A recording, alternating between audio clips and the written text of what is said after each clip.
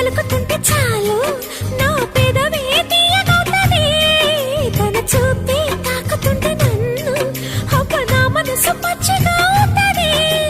మెరిసే మెరుపల్లె వాడొస్తే అమ్మ నా గుండెలోన పిరుగు పడుతుంది